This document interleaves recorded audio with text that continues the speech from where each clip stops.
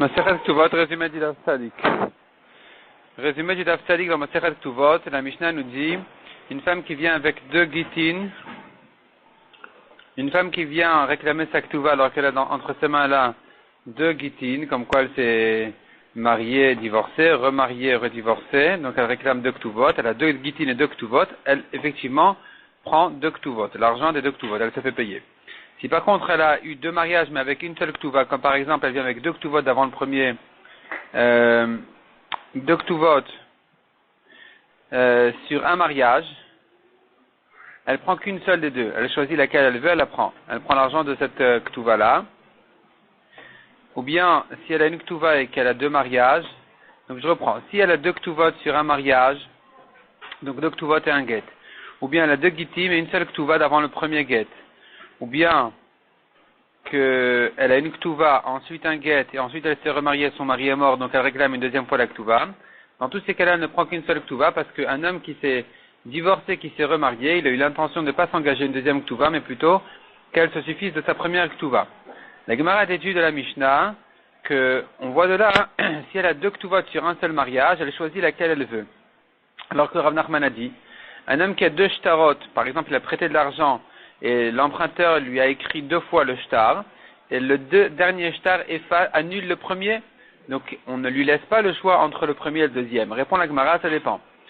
S'il n'y a rien de nouveau dans le deuxième shtar, dans ce cas-là, le deuxième a annulé le premier. Mais si dans le deuxième, il y a un ajout, alors on dira que le deuxième a été écrit pour ajouter. Le deuxième a été écrit pour ajouter ce qu'il n'y avait pas dans le premier. Et donc, c'est-à-dire qu'en réalité, on lui laisse le choix, le mari laisse à sa femme le choix, entre prendre la première Ktuva, et donc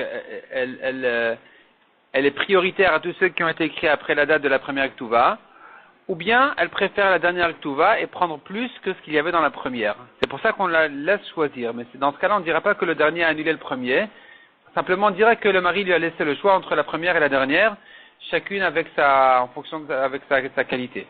C'est son avantage. La Gemara continue et dit, une femme qui amène, donc comme on a vu, elle s'est mariée, elle s'est divorcée, elle s'est remariée, son mari est mort, elle a la première Ktuva, elle ne se fait pas payer deux fois la Ktuva parce que son mari n'avait pas l'intention de s'engager à une nouvelle Ktuva.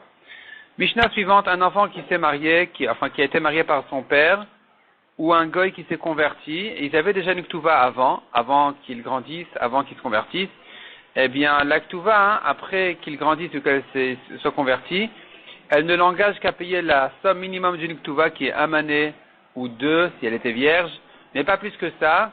Le reste, si elle veut c'est-à-dire, elle ne peut prendre au-delà de la somme minimum, les promesses du mari, c'est que s'il les a renouvelées après qu'il ait grandi ou qu'il soit converti. Sinon, elle ne prend pas plus que le minimum. Et là, on commence, Bezrat Hashem, le 10e pérec de la Masechet. Un homme qui était marié avec deux femmes et il est mort. La première femme réclame sa Ktuva, la deuxième aussi. C'est la première qui est prioritaire, évidemment. Et ensuite, la deuxième, elle prend ce qui reste.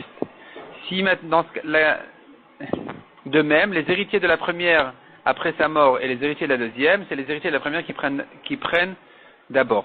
La Gemara, là-dessus, essaye de comparer ce cas-là au cas de deux créanciers qui ont prêté de l'argent à quelqu'un et que maintenant ils viennent réclamer la dette et qu'il n'y en a pas assez pour les deux. Le premier est prioritaire. Si le deuxième a pris, est-ce que on lui sort des mains ce qu'il a pris pour rendre au premier, ou bien on dit non, finalement, il a endetté au deuxième aussi, donc s'il a pris, le deuxième a pris, il a gagné. On lui laissera ce qu'il a pris. La Gemara essaye de prouver de notre Mishnah dans un sens ou dans l'autre. Finalement, la Gemara repousse toutes les preuves. Donc, il n'y a pas de preuve de notre Mishnah pour ce cas-là.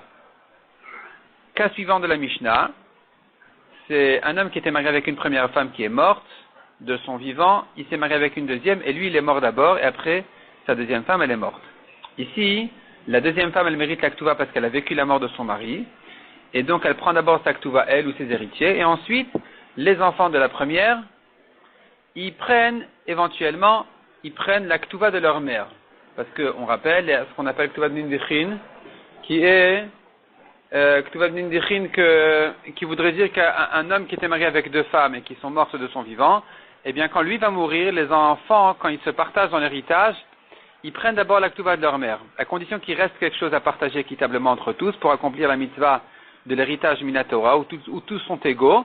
s'il y a de quoi accomplir cet héritage-là, Minatora, eh bien, chaque famille prend la Ktuva de leur mère. Les enfants de la riche, ils prennent la grande Ktuva, les enfants de la pauvre, ils prennent la petite Ktuva. C'est-à-dire, chaque mère, ce qu'elle a amené au mariage est récupéré par ses enfants, à condition qu'il reste, au-delà de ces Ktuvot-là, ces deux Ktuvot-là, il reste de quoi partager équitablement entre les héritiers. Donc ici, les premiers, ils doivent tout d'abord donner à la dernière femme sa Ktuva, parce qu'elle a vécu la mort de son mari, donc elle mérite vraiment la Ktuva. Et eux, ensuite, ils ont une takana de Chachamim qui leur permettrait éventuellement de prendre l'argent de la Ktuva de leur mère. Ce qui n'est pas évident, la Gemara dit, est-ce que tu es certain que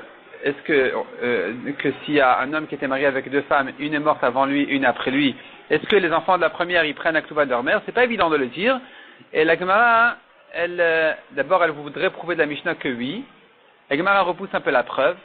La Mishnah Gemara prouve de notre Mishnah une deuxième chose encore, qu'il n'y a pas besoin dans ce cas-là, à partir du moment où on a payé une Ktuva, on n'a pas besoin qu'il reste au-delà de ça un héritage à partager équitablement, c'est-à-dire ils payent la Ktuva de la deuxième femme et tout le reste peuvent les enfants de la première prendre en tant que la Ktuva de leur mère. Il n'y a pas besoin d'un héritage ici Minatora à accomplir parce que je peux dire que en payant la Ktuva de la mère de la deuxième femme, en fait, on a accompli ici, tous se sont associés à payer cette Ktuva. Les enfants de la première avec les enfants de la deuxième, peu importe si eux donnent et eux reçoivent, l'essentiel c'est que la Ktuva a été payée sur l'héritage à partir de tout le monde. Et donc il n'y a pas besoin d'un surplus. Troisième halakha que la Gemara prouve de notre Mishnah, c'est de dire que la Ktuva des garçons, comme ici, la Ktuva qu'ils prennent de leur mère, après sa mort, elle n'est pas prise des terrains qui ont déjà été donnés à quelqu'un d'autre. Comme ici, on dit les premiers prennent le reste. Ils ne peuvent pas récupérer des derniers en leur disant on vous a donné la Ktuva de votre mère et maintenant on la reprend pour nous-mêmes parce que on est prioritaire. Notre mère était avant la vôtre, donc on est prioritaire. On ne peut pas leur donner. Ce n'est que comme un héritage qu'ils ne prennent que ce qu'il y a chez le père et c'est pas comme une hypothèque où tout est hypothéqué d'abord à eux.